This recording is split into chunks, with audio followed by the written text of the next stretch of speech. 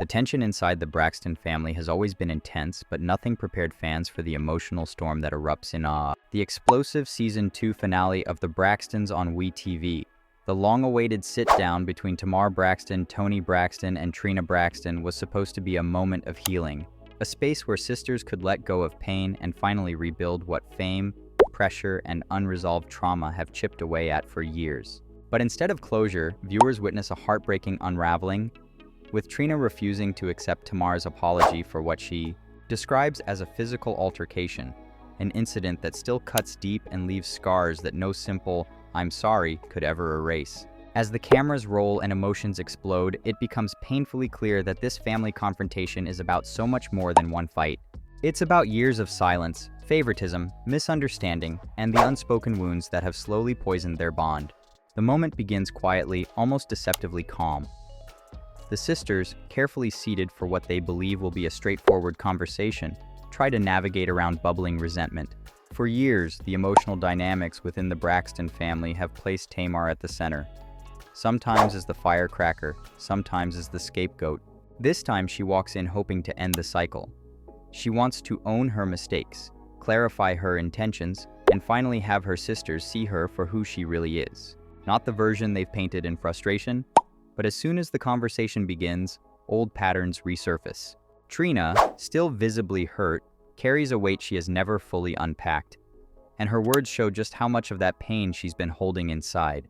"I don't know why the fights got to be to the death," Trina begins, her tone a mix of exhaustion and disappointment.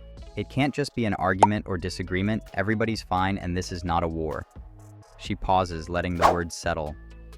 She isn't just talking about the fight, she's talking about the emotional battlefield that seems to erupt every time their family tries to resolve conflict. To her, it's always bigger, louder, and heavier than it needs to be. And in that frustration, she lays down one of the biggest issues she's had for years. The pattern of blame, always circling back to Tamar. No one ever says, "You know what, Trina, you're wrong. You know what, Tawanda, you're wrong. You know what, Toni, you're wrong." It's always Tamar, she continues. That becomes very taxing when it is a group by one. There are things you've been wrong at, absolutely, but no one calls you on it. Her voice doesn't carry anger, it carries truth. Truth that she has held inside for too long. Truth that she's never had the space to fully express.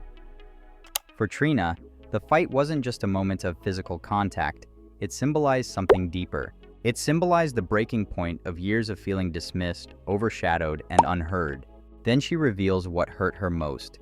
"I feel that you put your hands on me whether that was your intent or not. In that moment, I felt attacked. I felt like I couldn't get a word in edgewise.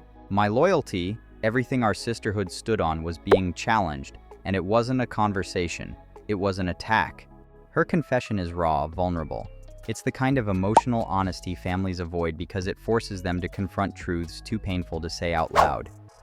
And for Tamar, hearing this from Trina, the sister she loves, the sister she never wanted to hurt, is like being hit by reality all over again. Not the reality of cameras, not the reality of TV drama, but the reality of how deeply her actions affected someone she cherishes. When Tamar finally speaks, there is no defensiveness, just regret. "The last thing I want to do is put my hands on you because I love you," she says. Her voice shakes slightly as she lays her heart bare. "Me putting my hands on you was probably one of the things I regret the most. There is no excuse for that." This is the apology she has rehearsed in her mind 1,000 times. This is her chance to mend what was broken. She looks at Trina with a sincerity that only sisters can recognize. But instead of acceptance, what she receives is a wall, not out of cruelty, but out of hurt. "Even if you put your hands on me, I don't receive that," Trina replies. The rejection hangs in the air like a heavy shadow. It's not just the apology she's rejecting, it's the moment of healing. It's proof that forgiveness, at least for now, is out of reach. And as the cameras zoom in on the sisters' faces, the heartbreak becomes almost unbearable. The world sees it. Two women who desperately want their relationship back, but are still trapped in the emotional wreckage of their past. The sit-down spirals again as their voices shake with suppressed emotion. Toni, the oldest sister, tries to mediate, trying to bring understanding into the chaos.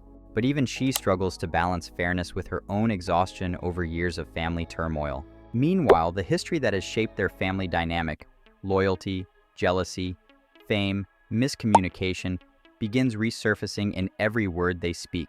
The truth is, the Braxton sisters love each other fiercely, but love doesn't erase pain. Love doesn't erase trauma. Love doesn't automatically heal wounds that have gone untreated for too long.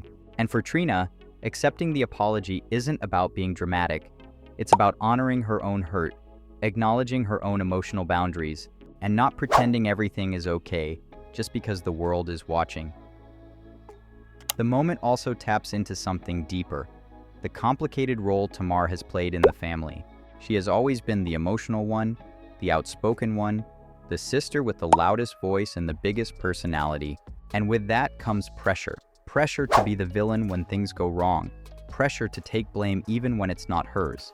Pressure to navigate a narrative that has followed her for years. So when she sits there, apologizing not just for the fight, but for years of misunderstandings, fans can see the weight she carries. She doesn't want to fight anymore. She doesn't want to be the sister who's always too much. She just wants to be seen. She wants to be forgiven. She wants to move forward. But the episode makes one thing painfully clear.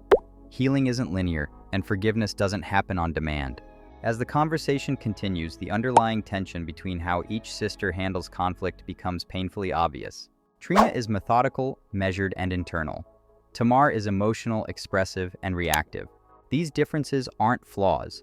They're part of who they are. But in a family where emotional expression has collided for years, those differences have created chaos that none of them fully know how to handle. The cameras capture every second, the trembling lips, the shaky breath, the quiet moments between arguments where the unspoken truth hangs in the air. These sisters aren't fighting because they don't love each other. They're fighting because they do, because they care, because the relationship between them matters more than anything else in their world. And that's what makes this episode of The Braxtons so powerful. It's not just entertainment, it's raw humanity. It forces viewers to confront their own families, their own conflicts, their own unresolved wounds. It shows that even families who seem to have it all struggle behind closed doors. It shows that fame doesn't protect anyone from emotional pain. By the time the sit-down ends, nothing is fully resolved. There is no magical moment of healing, no group hug, no sudden breakthrough. Instead, the episode closes with a lingering question. Can the Braxton sisters truly heal, or are they destined to repeat the same painful cycles? The finale leaves fans hopeful but heartbroken. It reminds them that forgiveness is a long journey, not a single moment. And while Tamar extends her hand with sincerity, the future of her relationship with Trina depends on whether both sisters can finally meet in the middle.